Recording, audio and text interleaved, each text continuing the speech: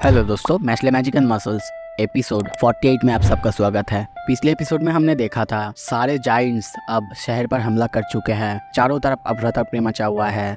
तभी हम देखते हैं कुछ डिवाइन विजनरीज उन सारे जाइंट्स से लड़ रहे होते हैं। अब आगे एपिसोड के शुरू में हमें दिखाया जाता है सुरारा हेलस्टोन को।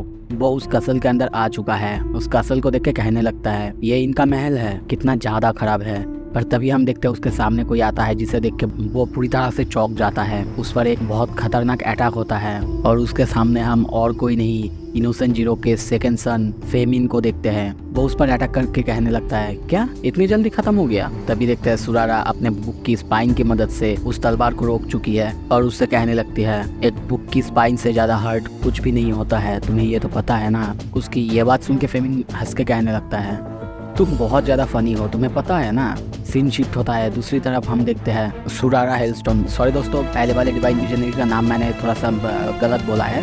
उसका नाम एक्चुअली सोफिया था, सॉरी फॉर दैट। सुरारा को देखते हैं, उसको बहुत ज़्यादा ठंड लग रही होती है। ठंड के वजह से वो जोर से स्नीज करती है, जिसके लिए हम देखते हैं उसके सामने किसी को उसका खाना गिर चुका है। उसके सामने हम देखते हैं इनोसेंट जीरो का तीसरा बेटा एपिडेम को, और वो अपने सामने पुडिंग को गिरा हुआ देख के कहने लगता है इस डेजर्ट को मैं कैरामेल से बहुत अच्छे से सजाया था, जितना कि मुझे पसंद था। सुरारा चौंक के कहने लगती है क्या।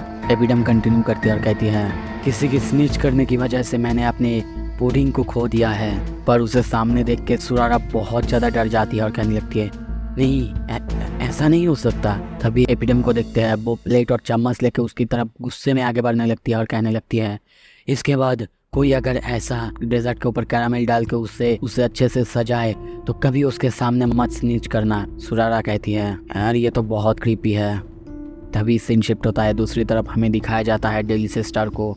उसके सामने है अजीतो ट्रायन, जो कि ड्रैगन केन का डिवाइन विजनरी है, और वो कहने लगता है मुझे लगता है ये हमारा फेट है, ये वार ये सब कुछ हमारा फेट है। और उसकी बात सुन के डेली सिस्टर थोड़ा सा चौंकता है और तभी देखता है वो अपने हाथों से कार्ड लेके उस पर अटैक करता है, जिससे कुछ ही सेकेंड्स के अंदर वो कार्ड उसे चीरते हुए उसकी पूरी बॉडी के अंदर छेद कर देता है। आरजी तो कहने लगता है सफरिंग एक इम्पॉर्टेंट एसेंस है लाइफ के लिए, इसे ट्रूली एक्सपीरियंस करने के लिए हमें सारे इंजरीज सफरिंग इन सब को वेलकम करना चाहिए और इन सब को ट्रांसफॉर्म करना चाहिए प्लेजर में। और वो हंसते हुए कहने लगता है और इसके लिए तुम्हें सिर्फ थैंक्स कहना भी बहुत कम पड़ जाएगा। दूसरी तरफ डेली सिस्टर उसकी तरफ देखते हुए कहने लगता है तुम्हारी कॉलर अच्छी है, वो मुझे चाहिए। सीन शिफ्ट होता है। दूसरी तरफ हम देखते हैं रेनेटास रिवोल को।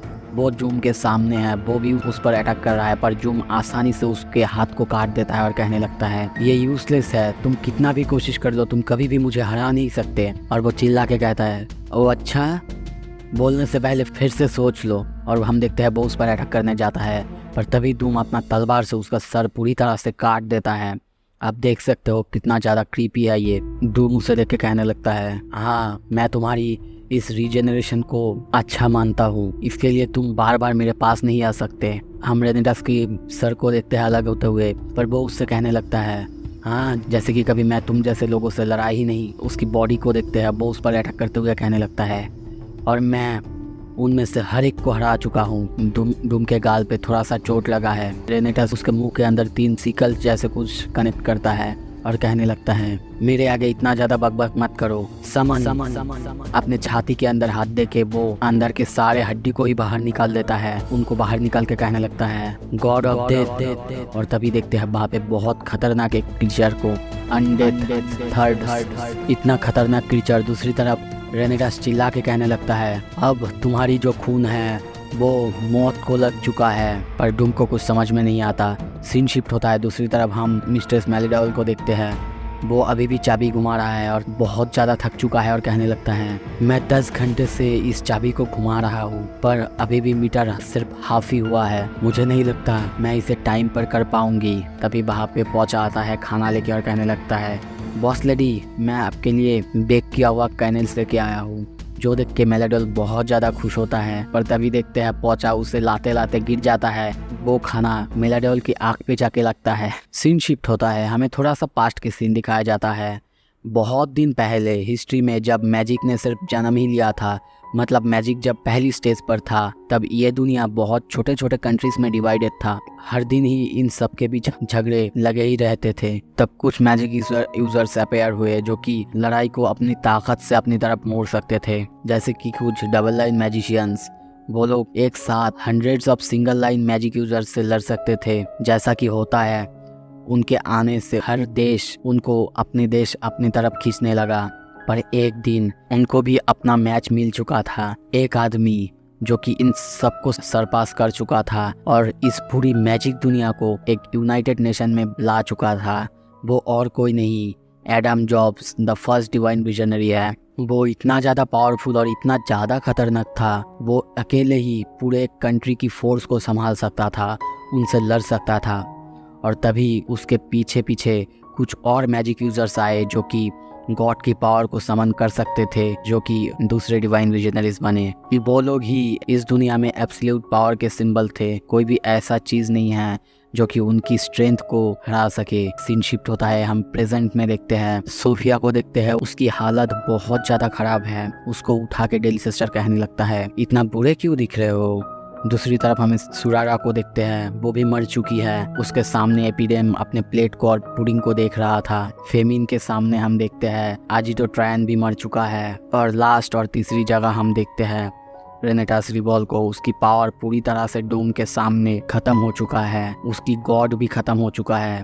और वो कहने लगता है, नहीं, ये बहुत ज़्यादा टफ है, मेरी रीजनरेशन एबिलिटी काम नहीं कर रही है। मेरी थर्ड इतनी आसानी से डॉज कर लिया, नहीं है, ऐसा पॉसिबल नहीं है, ये सच नहीं हो सकता। उसे ऐसे देख के डूम बाहर से जाने लगता है। पीछे से रेनेटास अटैक करता है और कहने लगता है, मैंने अब तक खत्म नहीं किया है। डूम पीछे मुड़ के कहने लगता है, तुम्हारा ये एटीट्यूड मुझे पसंद है, पर तुम्हारे पास कोई पावर नहीं है। और तभी देखते हैं वो उसके चेहरे को पूरी तरह से आधा काट देता है।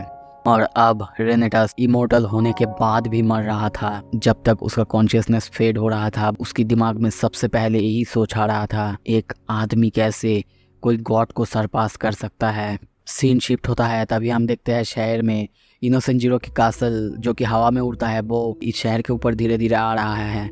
तभी सब उसके तरफ देखते हैं और कहने लगता है, देखो वहाँ देखो। तभी उनको सामने दिखता है और वो लोग बहुत ज़्यादा चौंक के कहने लगते हैं, क्या ये डिवाइन विजनरीज है। हम सारे डिवाइन विजनरीज को मरा हुआ और क्राइस्ट की तरह लटकते हुए देखते हैं। चारों के चारों मर चुके हैं, जो देख के पब्लिक की होप पूरी तरह से जा चुका है।